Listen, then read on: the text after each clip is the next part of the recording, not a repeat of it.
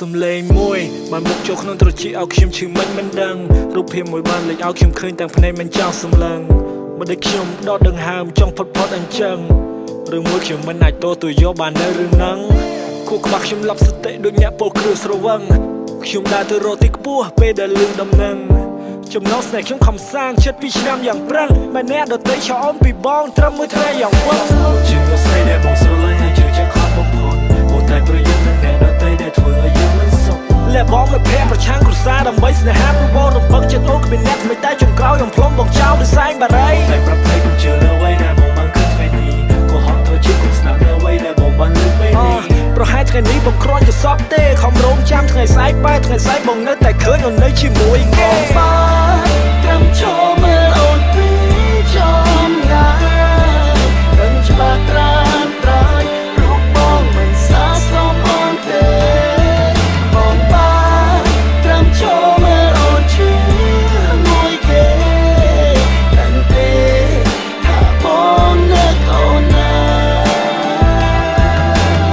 គេថាមនុស្សយើងស្រឡាញ់បំផុតអាចឲ្យយើងឈឺបំផុតប្រៀបដូចភ្លើងស្នេហ៍កំពុងតែឆេះអូនយកទឹកមកបន្លត់បំបិស្លាប់ពេលប្រាក់ខ្លួនឯងគ្មានអូនទេថ្ងៃអនាគតសំឡេងហាក់ខ្មៅធ្វើពេញត្រចៀកបងព្រុសបងហត់នឹងទៅមកប្រជែកគេដើម្បីរូបថ្លៃបងប្រាប់ខ្លួនឯងថាគុំអីបើបងជាមនុស្សមានតម្លៃអូនមិនទុកបងជាជប់រឿងនឹងគេឡើយតែបងក៏ថាក៏បាក់ចិត្តហើយបណ្ដោយជាស្មោះបងគ្រាន់តែបោយគេមិនលុយគេអាចឲ្យអូនសោយមើលនឹងគេសោះសប្បាយដូចមើលកំ ប្លែកឲ្យខ្ញុំនេះវិញខំញញឹមទាំងសំដែងខ្ញុំយកដៃស្ដាំផ្ទះគំភ្លៀងខ្លួនឯងបើងប់ក៏រឹតល្អគុំឲ្យរស់ចង្វែងវ័យដែលខ្ញុំជិះចាប់ពេលនេះខ្ញុំត្រូវអង្គុយមើលមនុស្សខ្ញុំតែអោបជាប់ដាំទ្រូងបានតែអ្នកដទៃមិនអាចកំប្រាំងសូម្បីតែនិយាយក៏ដើម្បីសេចក្តីសុខស្រួលហើយទៅជាប់មិនបន្តធ្វើបែបនេះក៏វាត្រឹមត្រូវរស់ជាមួយបងបើគ្មានដុល្លារពេលជួបបញ្ហាហាក់ដូចជាតផ្លូវទូមុនឬក្រោយមកជឿជាក់ថាអូននឹងគង់តែទៅចាក់ចេញពីនេះសង្ឃឹមជាពេលតទៅត្រឹមចូលមើលអូនពីចំណាយមើលពីចំណាយច្បាស់ត្រាំត្រៃរូបបងមិនសាសមអូនទេ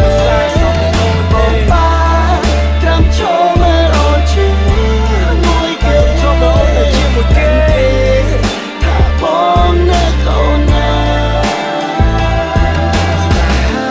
បងអើយយើងស្រឡាញ់គ្នាយូរដែរហើយមិនគួរអូនធ្វើបែបនេះឡើយភ្លេចអូនក៏ហងបងត្រានត្រើយអូនលួចមានគេមិនខ្វល់ពីចិត្តបងកុំបារម្ភអីនោះល្អបងអ្នកដើរជើ